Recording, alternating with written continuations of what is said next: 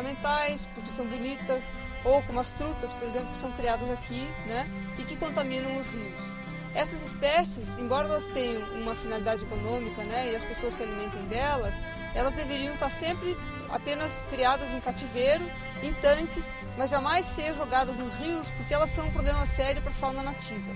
Esse processo de introdução de espécies, principalmente de peixes, assim, hoje, é um problema muito sério no Brasil, porque muitos rios estão contaminados com peixes como tilápias, carpas, bagres africanos e mesmo as trutas. E a gente manter esse processo acontecendo significa que nós estamos optando por ter no futuro toda a nossa fauna nativa eliminada e termos 4, 5 espécies que são exóticas e que nós trouxemos, que vão substituir a maior biodiversidade de peixes do mundo, que é o que o Brasil tem.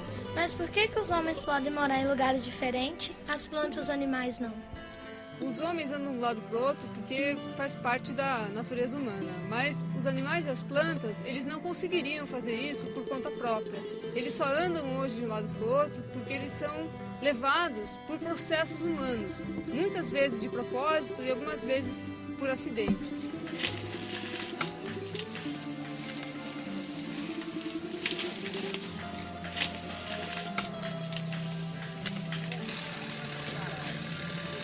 É melhor plantar exótico do que não plantar nada.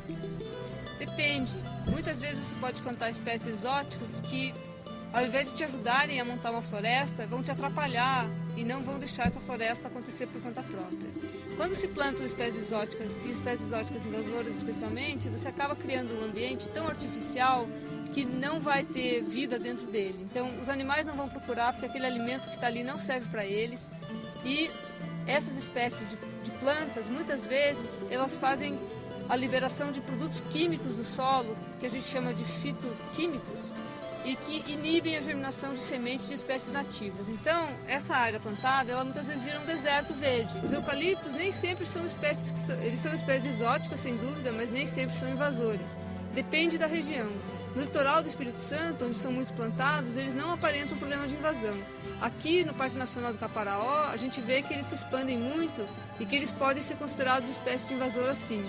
Então, mesmo que eles sejam utilizados, eles precisam ser manejados com cuidado e à medida que vai dando semente, que vai aparecendo novas mudinhas, se eles saem daquela área onde é para ter plantação de eucalipto, na verdade eles deveriam ser controlados, retirados e mantidos dentro de uma área definida.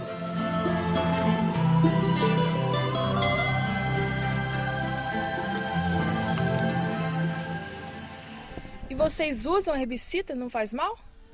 Todo acompanhamento que a gente faz mostra que o uso do produto químico, o uso do herbicida, não é um problema ambiental, porque não existe impacto sobre as plantas que estão próximas. Nós temos vários registros já de plantas muito próximas dos tocos cortados que foram tratados com herbicida, que continuam crescendo sem nenhuma dificuldade.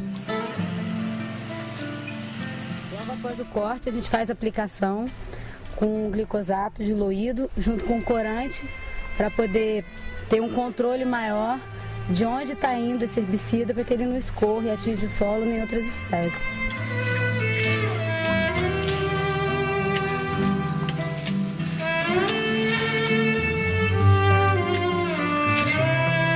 Esse procedimento, o que a gente faz é destruir a parte, os vasos condutores da árvore.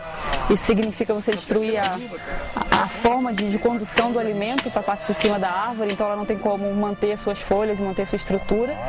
E o que acontece quando a gente faz isso é que a árvore seca em pé.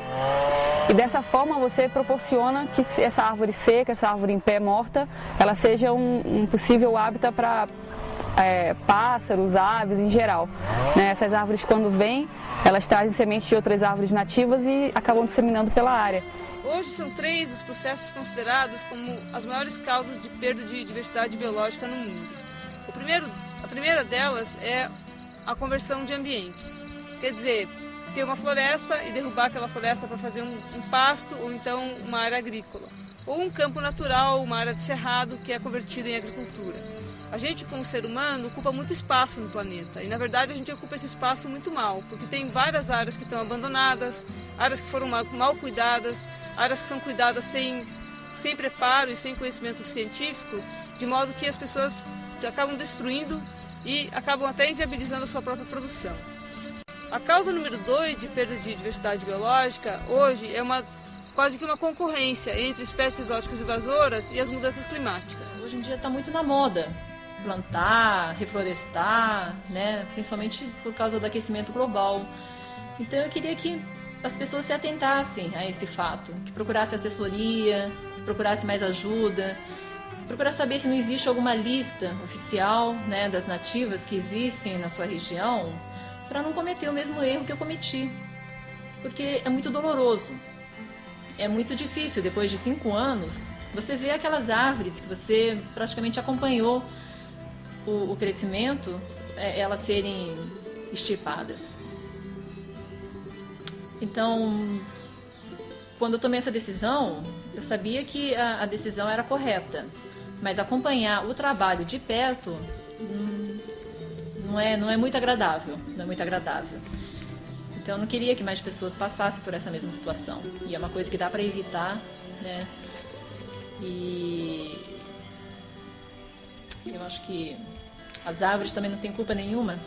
Essa propriedade ela serve de exemplo para que outras pessoas entendam o que está sendo feito aqui e possam se interessar e querer fazer isso nas propriedades, né? Quanto impedir processos de invasão de espécies que estão aqui dentro, poderiam chegar até o parque e causar um problema ambiental dentro de parque ou qualquer outro tipo de unidade de conservação com reservas e estações ecológicas e unidades de proteção integral. A gente tirou sanção, né, que estava formando aqui a cerca viva, e agora a gente está enfileirando de novo para fechar a cerca, plantando 2 espécies, que é o angico e pata de vaca, unha de vaca, né, que é a bauínia. Essas 2 espécies aqui tiveram as sementes coletadas aqui na região, aí foram produzidas por um viveiro em Guarapari e agora retornaram para cá para serem plantadas aqui na propriedade.